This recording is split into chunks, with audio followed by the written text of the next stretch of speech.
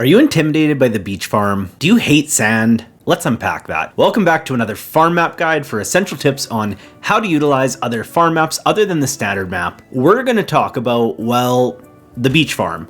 This farm is an advanced one in my opinion. It requires a bit more strategy than the other maps. However, with these 5 tips, you'll be able to plan, craft, and design a stellar farm in no time. First up, let's talk about supply crates. These have 3 different looks to them and they randomly spawn on your farm, but that's just a randomized cosmetic. When you break them open, you get a loot drop and the loot gets more valuable based on how many farm upgrades you have. Here is the loot table. Before 1.6, I would have said wait until you get at least 1 upgrade to start opening the supply crates if you don't immediately need the supplies, because the loot gets so much better. But because the cherry bombs have the greatest chance to drop in the first loot table with a 28.6% chance, and the price of bombs have gone up in this patch, I think it's reasonable to crack them open right away.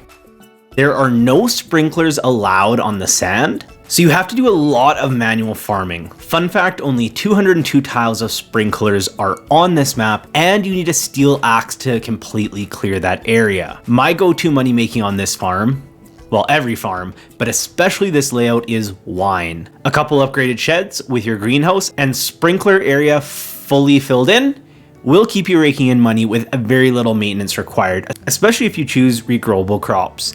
Number 3, because you don't need to water grass and it does still spread overnight on the sand, it is easy to make a rather large pen for your animals and have that as a source of income until you have enough money for multiple sheds, kegs, preserve jars, etc.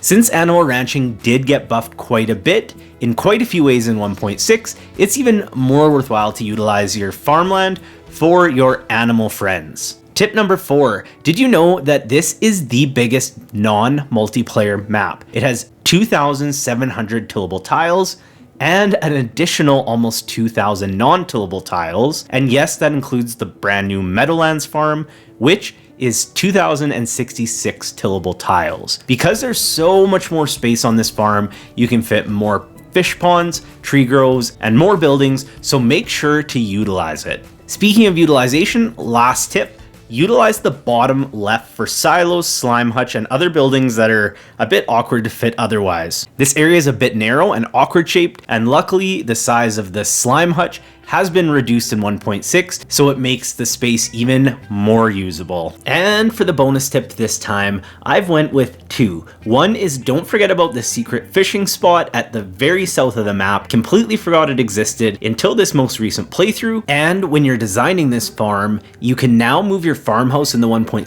update, so be sure to put it in one of those less optimal spaces, and it actually opens up a bigger space on the northeast side of the map. Which map do you want me to cover next? Leave a comment and I'll try to make it happen.